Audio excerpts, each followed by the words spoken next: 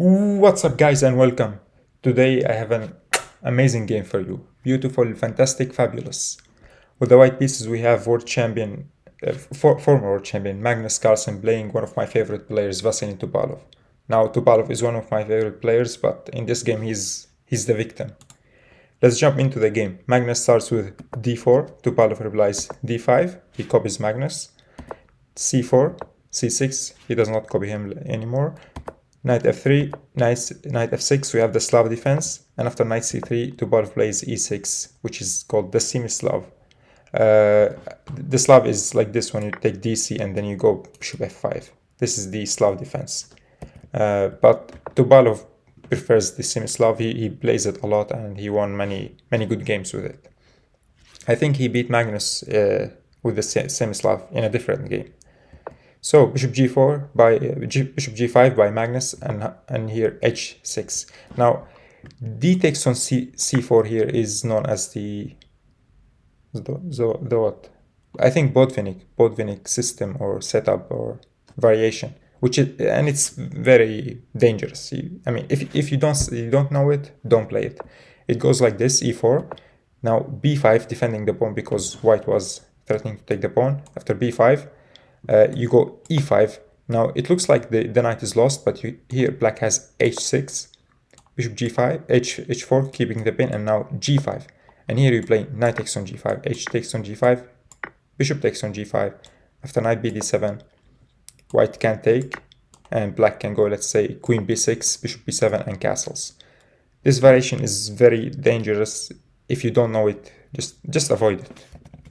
With white and with black.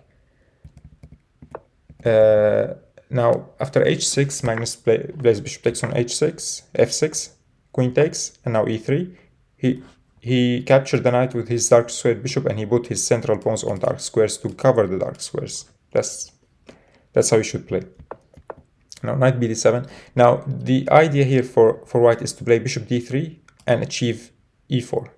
So bishop d3, and now Topalov takes.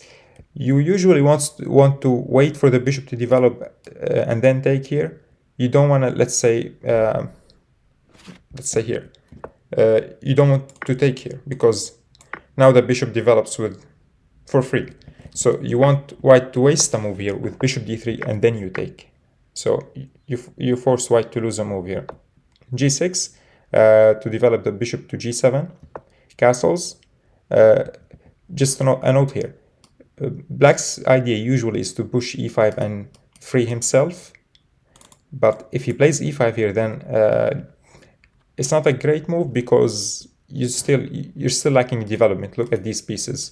The king is in the middle, the rooks are not connected, so after castles, bishop e7, you start harassing the queen, and yeah, just white has an amazing position. His pieces are active, and black still needs to figure out where to move this knight and where to develop this bishop.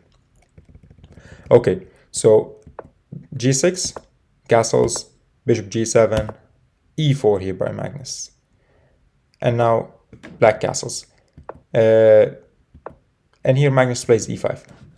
Usually in these structures, if your opponent plays e5, you want to reply to e5 with d5. This is what you want to do in most cases. So e4, a very strong move, castles, and now e5, controlling the f6 and the d6 squares and giving the knight the e4 square.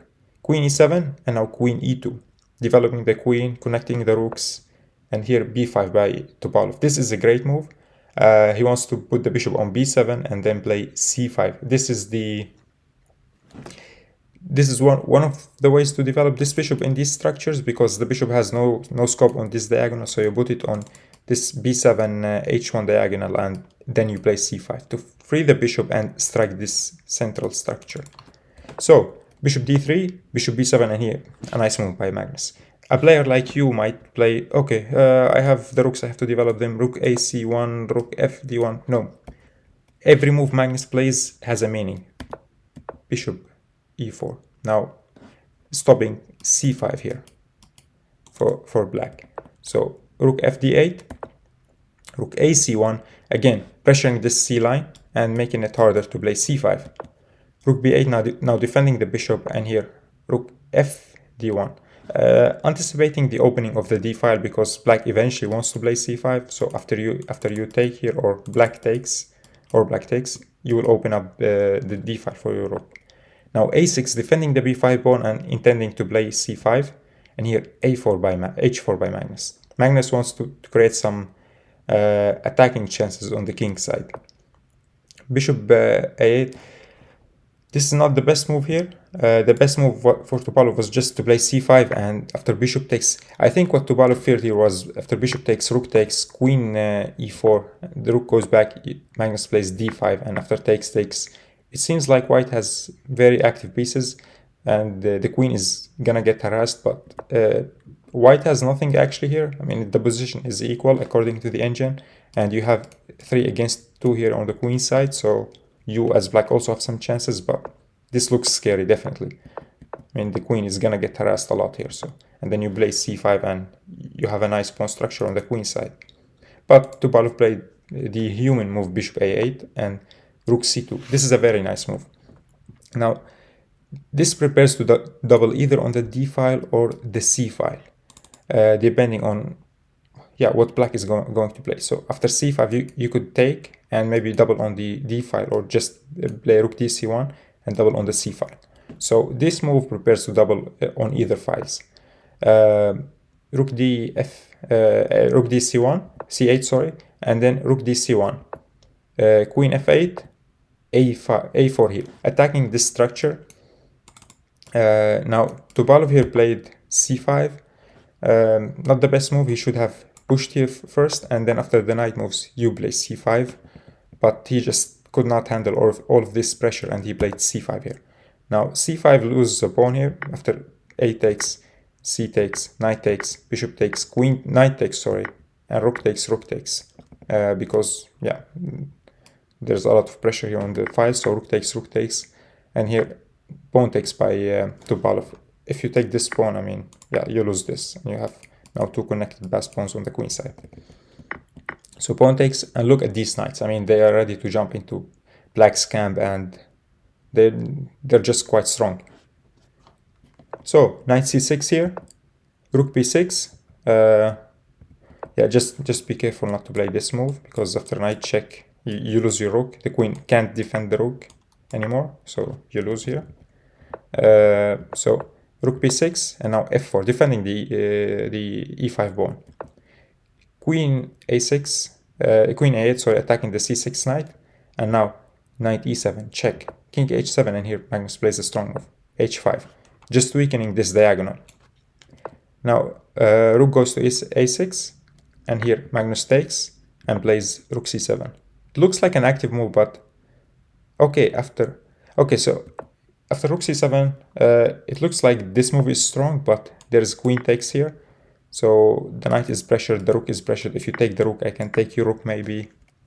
So Topalov was like, okay, but I can check here. And after king moves to f2, queen d8. I mean, isn't this winning? Well, you would blunder this, but Magnus here played an amazing move. Pause the video and try to find it. Now the winning move here for Magnus is queen d3.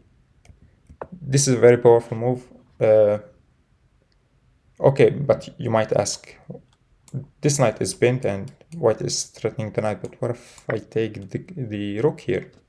Isn't this a free rook? Well, no, you're losing. Knight g5.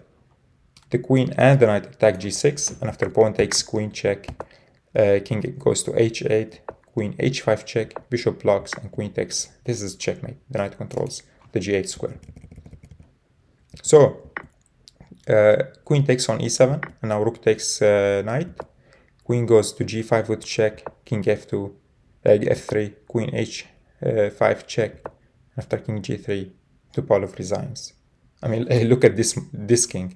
It's on g3. The rook has infiltrated white's camp. The queen here is so close, like just 1 square away from the king, but there are no checks. And next, I mean, let's say you play rook c1, just to show what Magnus has. Magnus has checkmate here with, how do you checkmate? I think knight here, check on f6, the king has to go there, check, blocks, check, king, and this is checkmate. Yeah, So after king g3, Topalov resigned, and yeah, this queen d3, what a move. I mean, he completely destroyed Topalov. Yeah. What can we learn from this game? First of all, let's go back here. In these positions, you usually wait for your opponent to develop his bishop, and then you capture. You just don't capture and give white the move. So Magnus, after he played bishop d3, Topalov took on c5. And also in these positions, black either wants to achieve e5 or c5. Black has to strike at the center. So c5 is usually followed by b6 and the bishop being in phi kettled on this diagonal, or e5 followed by the knight moves,